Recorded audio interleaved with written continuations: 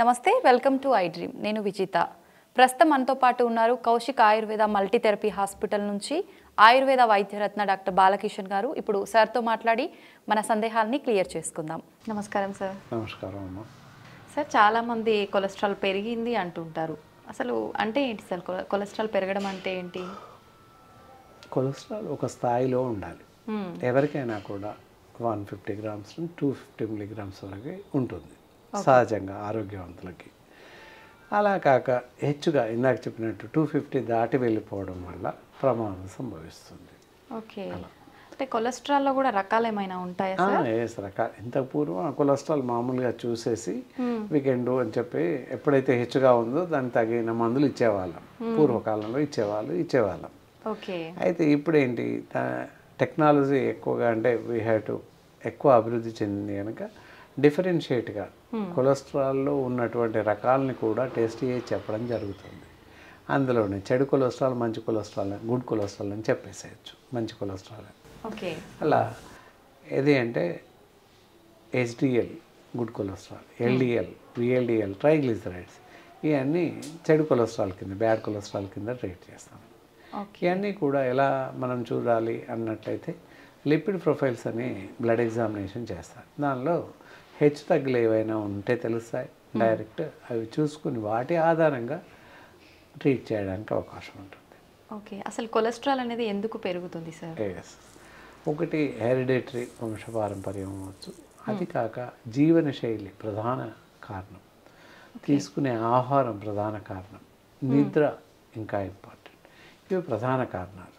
అసంబద్ధమైన నిద్ర, సమయాలు లేక నిద్రించడం, అసంబద్ధమైన ఆహారం, ఓకే, మన శరీరానికి సరిపడినటువంటి ఆహారం తీసుకోవడం, ఇవన్నీ ప్రధాన కారణాలు. ఎలా అంటే సమయానికి నిద్రించకపోవడం, ఎప్పుడు 12 గంటలకు నిద్రించడం, ఉదయం 12 గంటలకు నిద్ర లేవడం. ఎలాగో 8 గంటలు పడుకుంటున్నామని చెప్పడానికి కాదులే, ఎప్పుడైతే 6 తర్వాత పడుకుంటామో, నిద్రలో ఉంటామో, అప్పుడు ఏంటంటే శరీరం ఆహారాన్ని, శక్తిని అడుగుతుంది.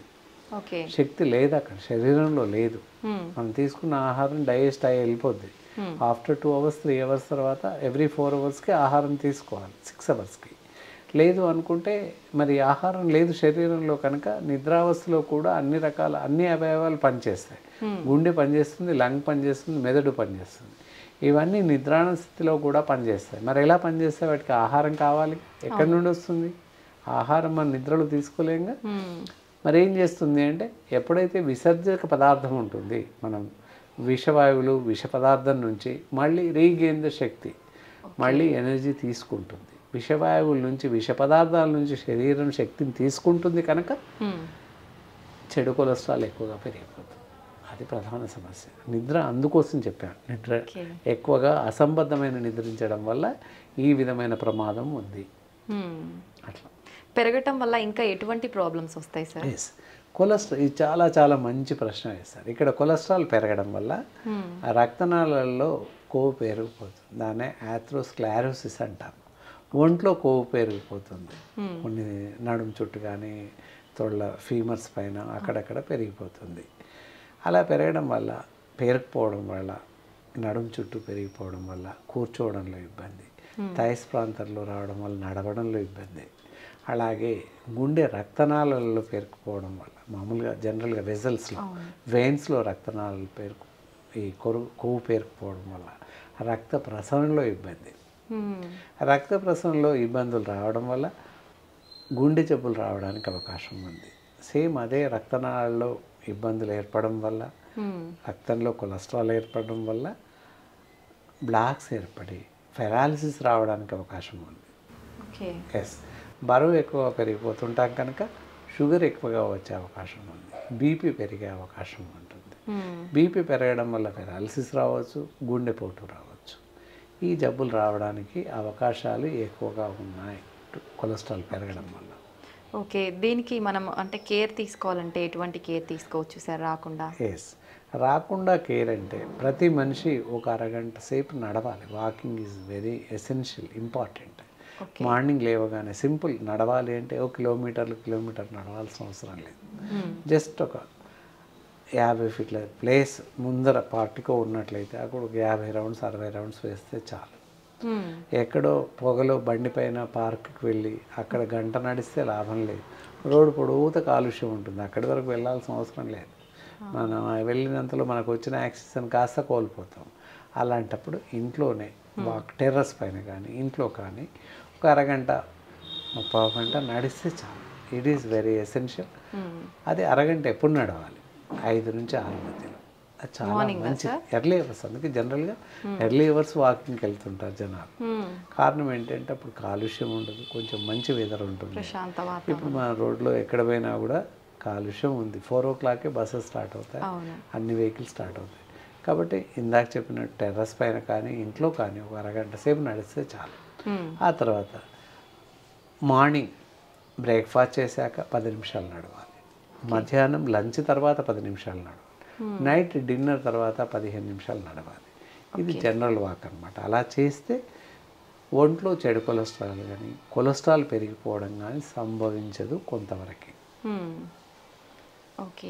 అయితే కొలెస్ట్రాల్కి సంబంధించి అసలు కొలెస్ట్రాల్ వచ్చింది అని తెలవాలంటే మనకి ఏమైనా ముందుగా సిమ్టమ్స్ ఏమైనా తెలుస్తాయా సార్? ఫిజికల్గా దాదాపుగా తెలియదు. కొంత అలసిపోయినట్టు, శరీరం బరువెక్కిపోయినట్టు ఇలా అనిపిస్తాయి తప్ప ప్రత్యేకంగా కొలెస్ట్రాల్ పెరిగింది అని మనకు తెలియదు. కొంత ఆయాసం, నడుస్తుంటే నడకలో ఆయాసం, నడవలేకపోవడం. మనం ఫిజికల్గా చేంజెస్ కొంతమందిలో కనబడతాయి, కొంతమందిలో ఫిజికల్ చేంజెస్ ఉండవు.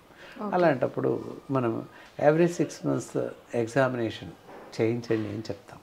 6 monthsకి ఒకసారి జనరల్ ఎగ్జామినేషన్ చేయించడంలో కొలెస్ట్రాల్ కూడా చేస్తారు కనుక ఏమైనా ప్రాబ్లమ్స్ ఉన్నాయా, టోటల్ కొలెస్ట్రాల్, లిపిడ్ ప్రొఫైల్స్ అన్నీ చేస్తారు కనుక ఏదైనా ప్రాబ్లం ఉంటే త్వరగా సరిదిద్దుకోవచ్చు అనమాట. ఓకే. ట్రీట్మెంట్ విషయానికి వస్తే మనకు ఆయుర్వేదిక్ పరంగా ఎటువంటి ట్రీట్మెంట్ ఉంది సార్? ట్రీట్మెంట్ చాలా బాగుంది. దానికన్నా ముందు ఆహారం విషయంలోకి వెళ్ళినట్లయితే జంక్ ఫుడ్స్ కానీ ఆయిల్ ఫుడ్స్, డీప్ ఫ్రైస్, బయట ఆహారం పూర్తిగా మానివేయడం చాలా అవసరం తప్పకుండా.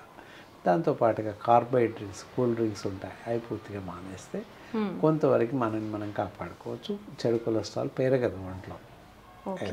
అయితే ఆయిల్స్ వాడే విధానాన్ని బట్టి కూడా కొలెస్ట్రాల్ పెరిగే ఛాన్స్ ఉంటుందా సార్? ఇక్కడ చాలా మంచి ఇది ఇంకా చాలా మంచి ప్రశ్న. వంట నూనెలు పూర్వకాలంలో 3 రకాల నూనెలు ఉండేవి. ఒకటి గ్యాస్ నూనె వంట చేయడానికి, కొబ్బరి నూనె తలకు పెట్టడానికి, మంచి నూనె అనేవాళ్ళు. అది వంటలో వాడేవాళ్ళం.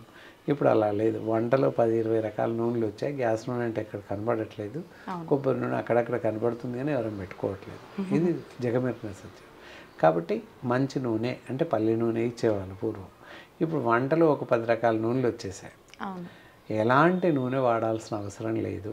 ఒక పల్లి నూనె తప్పించి ఇంకా ఎలాంటి వంట నూనె వాడకూడదు. పల్లి నూనె వాడడం వల్ల చాలా ప్రాబ్లమ్స్ ఉన్నాయని ఒక రకమైన అపోహ జనాలలో ఉంది. అది ఎంత మాత్రం కరెక్ట్ కాదు. గుప్పెడు పల్లీలు తినండి అని ఈ మధ్యకాలంలో చెప్తున్నారు, వింటున్నాం. కారణం ఏంటి? దానివల్ల ఎలాంటి ప్రమాదం లేదు అని. అంటే వంట నూనె మనం రోజు తీసుకునే ఆహారంలో వాడడం చాలా మంచిది. చాలామంది నూనెలు మార్చుతున్నాం అని చెప్పేసి సన్ఫ్లవర్ ఆయిల్ పూర్తిగా వాడుతున్నారు. సన్ఫ్లవర్ ఆయిల్ ఈ మంత్లో గోల్డ్రప్ అని, వచ్చే నెలలో ఇంకేదో అని ఒక్కో కంపెనీ మాసం మొత్తం సన్ఫ్లవర్ ఆయిల్ వాడుతున్నారు. కానీ ఎలాంటి నూనెలు వాడకూడదు. ఆలివ్ ఆయిల్, కొబ్బరి నూనె ఇవన్నీ వాడుతుంటారు. రకరకాల నూనెలు, మస్టర్డ్ ఆయిల్ ఇవి వాడుతుంటారు. ఎక్కడ అంటే వారి ప్రదేశాన్ని బట్టి, వాళ్ళ ప్రాంతాన్ని బట్టి ఆయిల్స్ మార్చాలి. వాస్తవంగా ఢిల్లీలో 3 రకాల నూనెలు వాడతారు, నార్త్ ఇండియాలో వాడాలి వాళ్ళు అంతే. అలాగే యూరోపియన్ కంట్రీస్కి వెళ్తే ఆలివ్ ఆయిల్ వాడతారు. అలా విధంగా అలా వాడడం వాళ్ళకి అవసరం కనుక వాడతారు. మనం ఇక్కడ వాడితే మనకు దెబ్బతింటాం, ఆరోగ్యం చెడిపోతుంది. కాబట్టి ఇక్కడ పల్లి నూనె మాత్రమే వాడడం, తప్పితే నువ్వుల నూనె వాడవచ్చు. మళ్ళీ ఈ 2 రకాల నూనెలు వంటలో వాడితే మీరు ఇందాక అడిగిన చెడు కొలెస్ట్రాల్ రావడం సంభవించదు. గుడ్ కొలెస్ట్రాల్ పెంచుతుంది, చెడు కొలెస్ట్రాల్ని తగ్గిస్తుంది ఈ నూనె. అంతే బెస్ట్ అనమాట. గుడ్ కొలెస్ట్రాల్ ఇంకా బాగుండాలి అంటే నెయ్యి వాడచ్చు ఆహారంలో.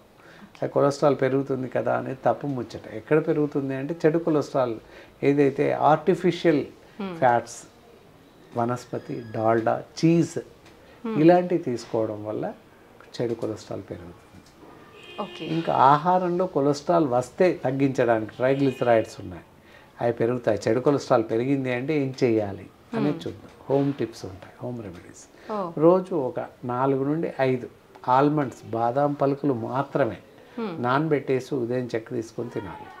అలా చేస్తూ ఉంటే కొంత లిమిట్స్ దాటిన వాళ్ళకి కొలెస్ట్రాల్ తగ్గిపోతుంది. ట్రైగ్లిజరైడ్స్ కానీ టోటల్ కొలెస్ట్రాల్ ఒక 10-20 గ్రాములు పెరిగినా తగ్గిపోతుంది. అలా ఓకే. ఎస్, ఇది హోమ్ రెమెడీ అన్నమాట.